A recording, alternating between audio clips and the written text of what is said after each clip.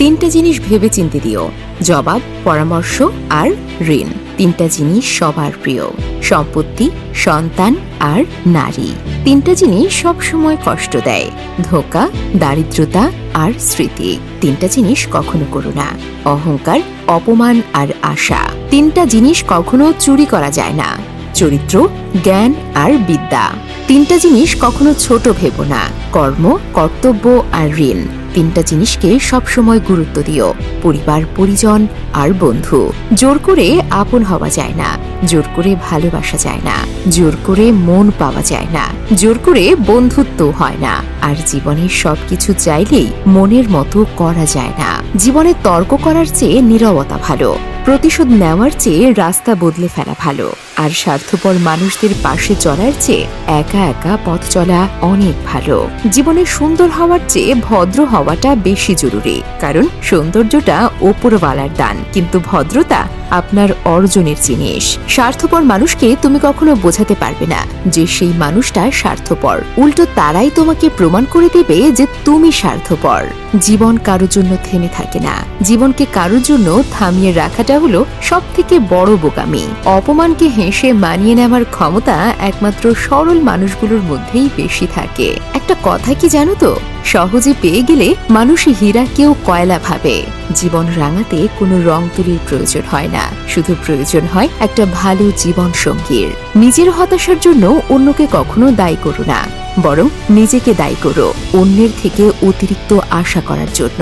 জীবনে ঠকলে হয়তো বিশ্বাসটা নষ্ট হয়, কিন্তু সেখান থেকে শেখা যায় অনেক কিছু।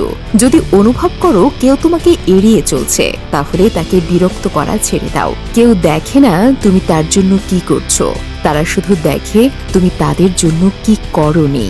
বর্তমানে সম্পর্কগুলো এমনই হয়, খোঁজ না নিলে দূরত্ব বেড়ে যায়, আর বেশি খোঁজ নিলে বিরক্ত হয়ে যায়। আমাদের প্রত্যেকেরই কিছু না বলা কথার মধ্যে অনেক কিছু কথা লুকিয়ে থাকে।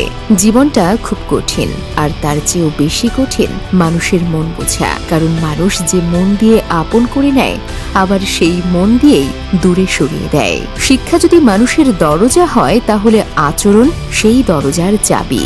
বাবাকে কখনো অবজ্ঞা করো না, বাবা যতই গরিব হোক, বাবার মতো শক্ত হাত এই পৃথিবীতে আর কারও নেই। অন্যের জন্য না মরে নিজের জন্য বাঁচুন।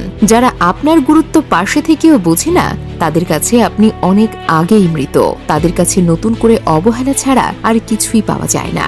তাই নিজের জন্য বাঁচার চেষ্টা করুন, নিজের ভালো লাগাগুলোকে, নিজের ইচ্ছেগুলোকে পূরণ করুন। আপনার চাইতে বেশি ভালো আর আপনাকে কেউ বাসতে পারবে না। অন্যরা তোমাকে কিভাবে দেখে সেটা গুরুত্বপূর্ণ নয়, গুরুত্বপূর্ণ হলো তুমি নিজেকে কিভাবে দেখছো।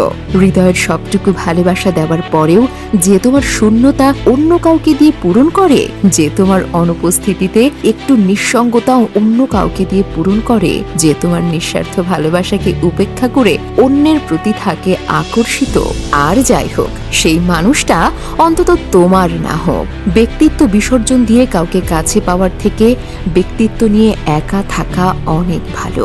নিজেকে কখনো সহজ সরল করো না, নিজের মূল্য বুঝতে শেখো। তুমি যে অমূল্য সেটা বুঝতে দিও, কমপক্ষে এটুকু বুঝিয়ে দাও, চাইলেই তোমাকে পাওয়া যায় না।